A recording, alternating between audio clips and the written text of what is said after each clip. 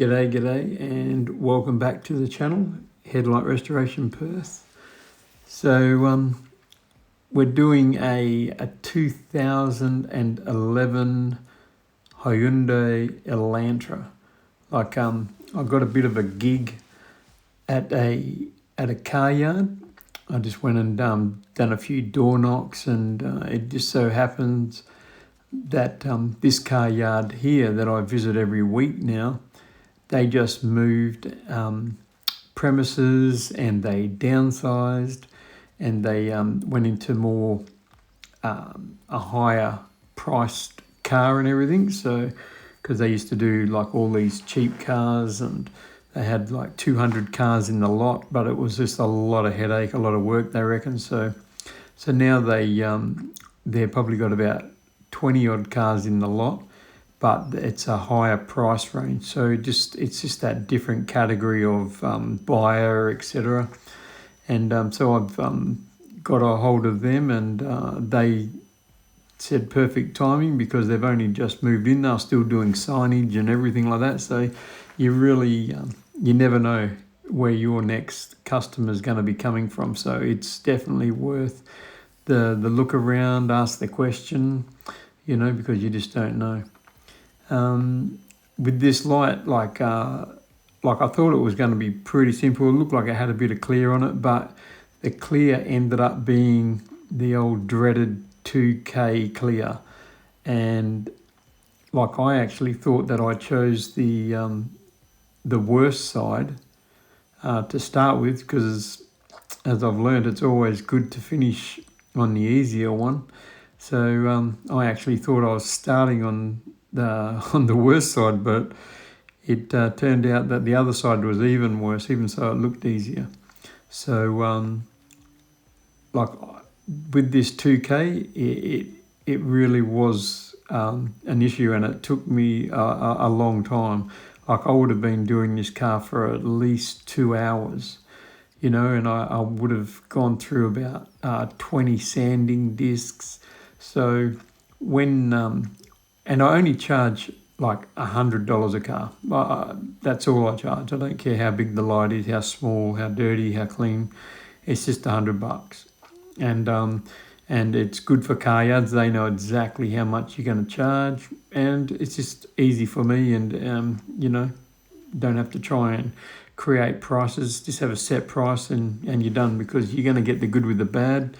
And this one certainly made up for a few good ones, because with this 2K, like it wouldn't budge. Like you can see here, I was doing a lot of it by hand, because with the drill and that sanding disc, the amount that you had to go over, like I was sort of like thinking that I was putting too much heat into it, or I was just taking away too much plastic just to get that other bit of clear off. So I did use the hand sanding process quite a bit through this light and all that, but it was important to do so, especially on the edges. The 2K, it was just too thick on the edges. So I just wasn't prepared to just keep on using that drill right along that edge all the time, and potentially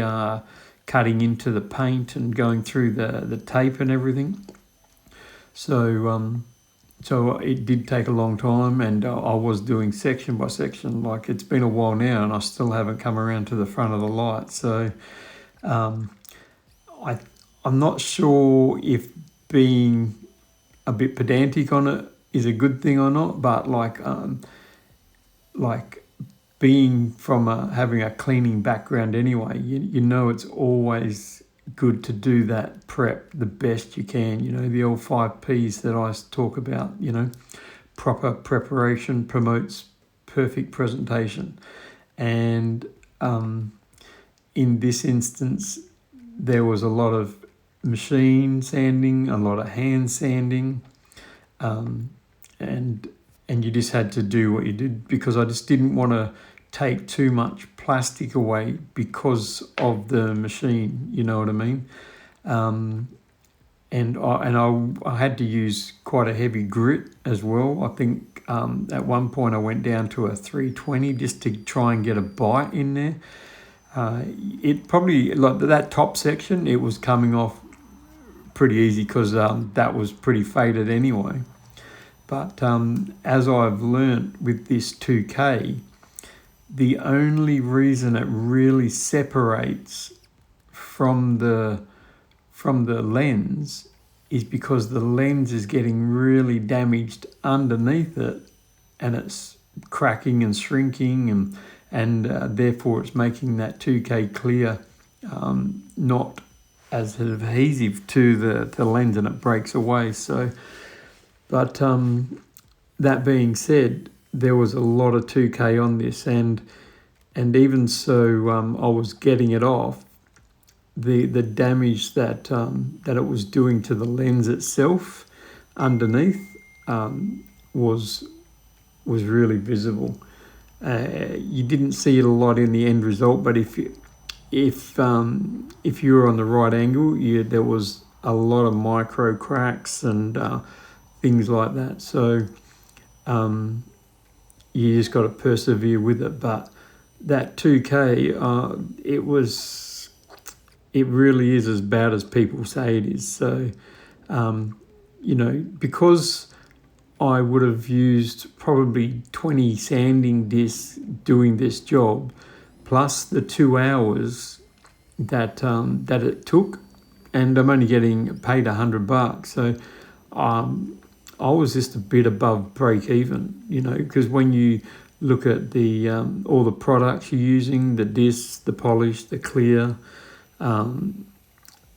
plus the time, it really started not being worth it at the end. But these don't come around all the time, so you always got to take the good with the bad, because the next 3 I might get from this car yard, I could get done in 15 minutes each. I just don't know. So and as annoying as this was to do and frustrating, you still got to do the best job you can, even if it works out that it's costing you, because you've got to. It's your name that you're looking after. It's they got to know that you're reliable, and they see you sitting out there for 2 hours doing one car, and you're not just trying to shortcut it and everything, because being in the car industry, I'm sure that they see all the tricks, maybe not down to the lemon and salt and all that sort of stuff, but I just can't see how any of those kinds of procedures would come anywhere near effective when you're working on something like this. So that being said, it really is worth the extra effort.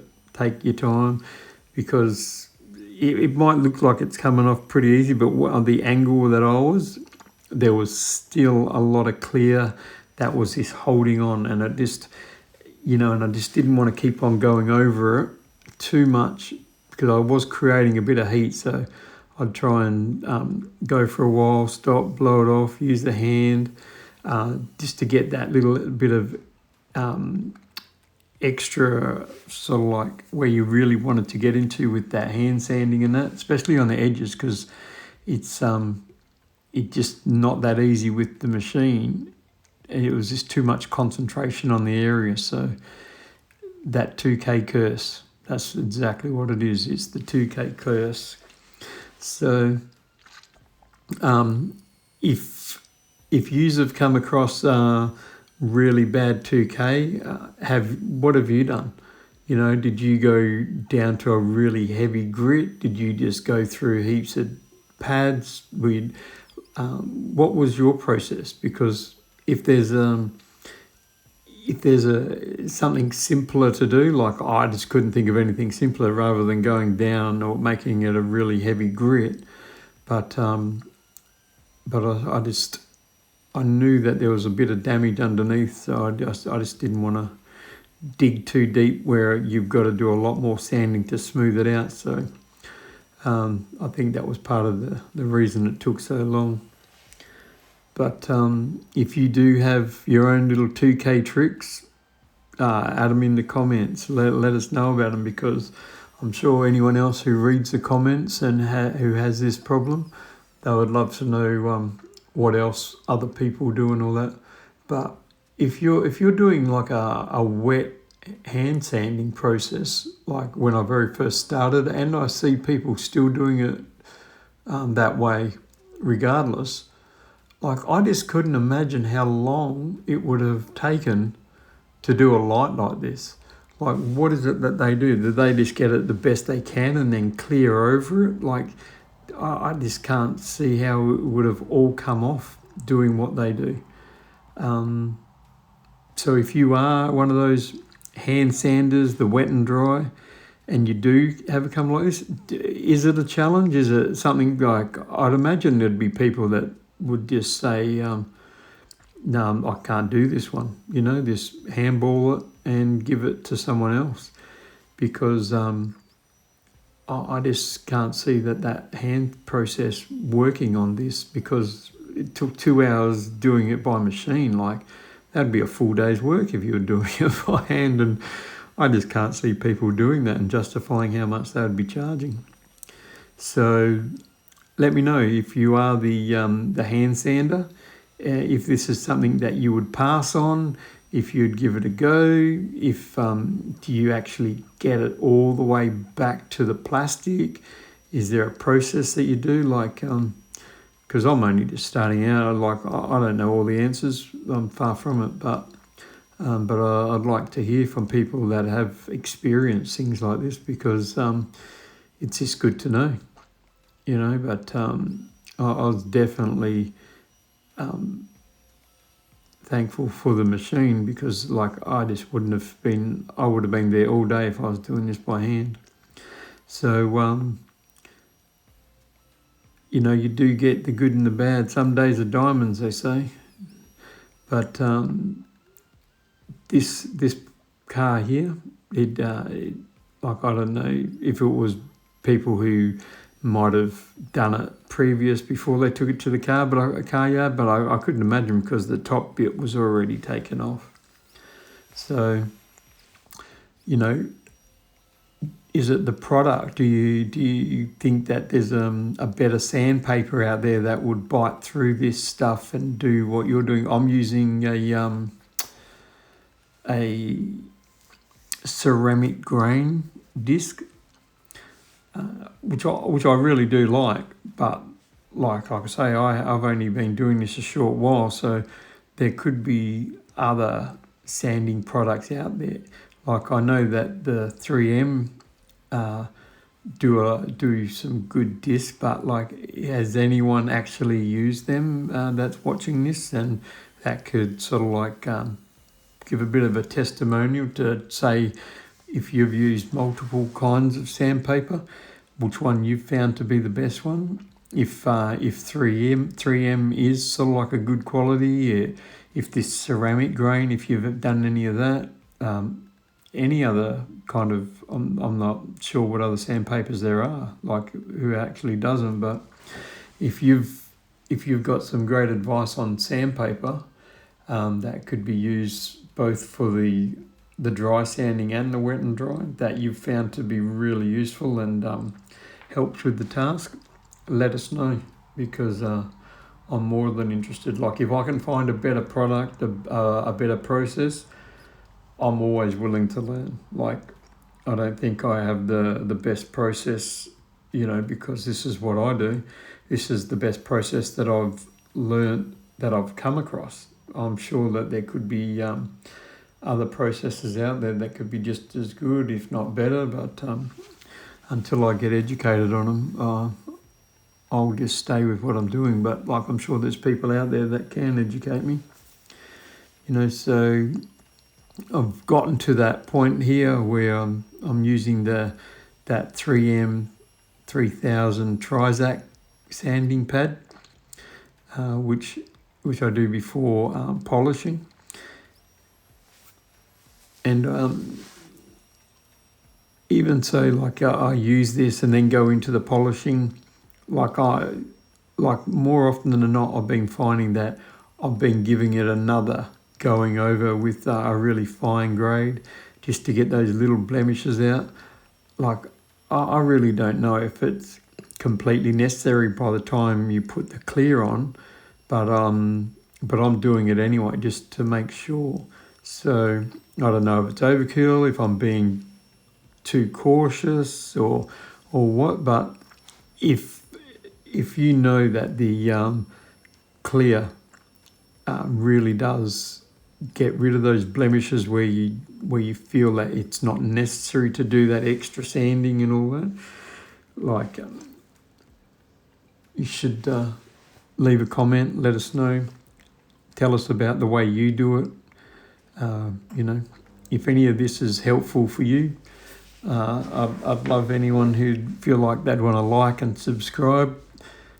Starting to get a few more subscribers, a couple more comments, so I'm really enjoying that. And I can only do it as I do it. I'm not trying to be a professional or say that I am, because I'm not.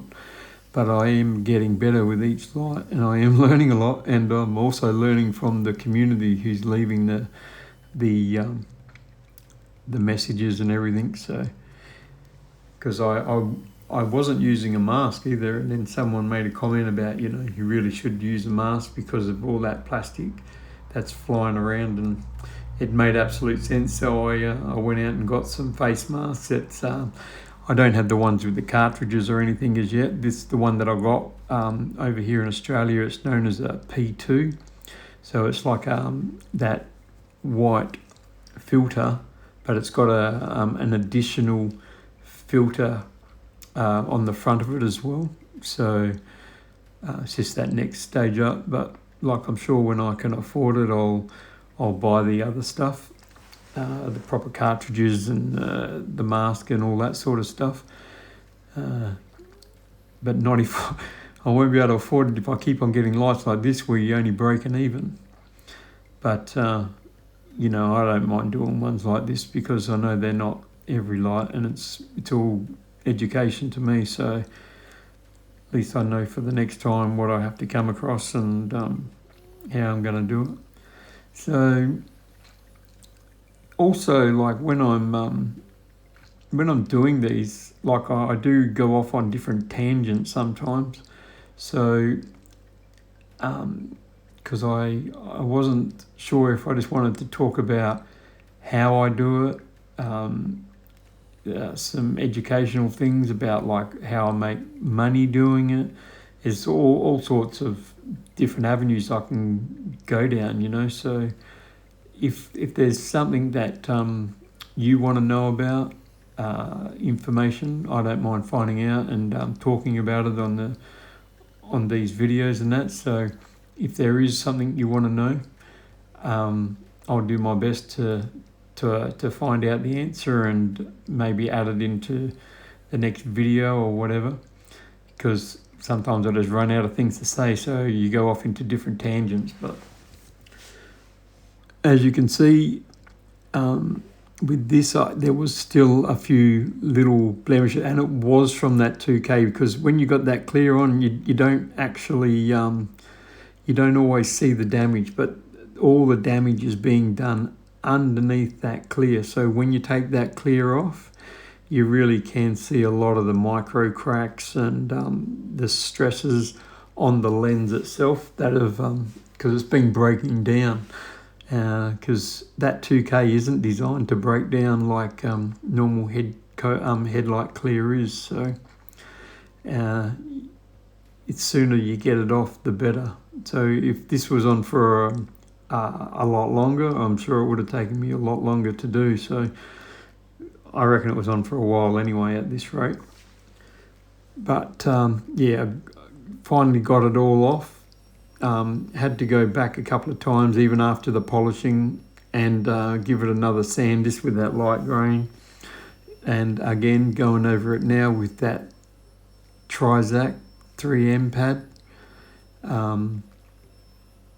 before again applying that polish. And you can only get it as good as you can get it. So like I have gone over light sometimes 3 or 4 times after that polishing, but you know, you can only get it so good, and after it's been doused with that 2K, you're never going to get it back to perfection, because you cannot, because the damage is within the plastic. So yeah, so this time around I was, I'm going to pretty much accept the outcome, just give it the best polish that I can. I ended up using that Maguire Plastex. I find that's pretty forgiving, and it actually doesn't do a bad job. It's like I am also trying that Chemical Guys Headlight Restorer. That's not too bad, but it has been leaving some of my lights a little greasy. So with this Plastex, I just find it, it's, it does buff out really well just to that nice, clean, dry surface. So I think it's sometimes the make and model of the vehicle as well. Mercedes have different plastics, and so I'm still working that out. But I think that Maguire Plastex, it's a pretty good all-round, all-purpose polish for these lenses, which I'm really getting the benefit from. So again, if any of this information is useful to you, there's anything you want to know, any kind of information you want me to find so I can talk about, if there's topics or you don't want me to talk at all, just let me know and we can work it out.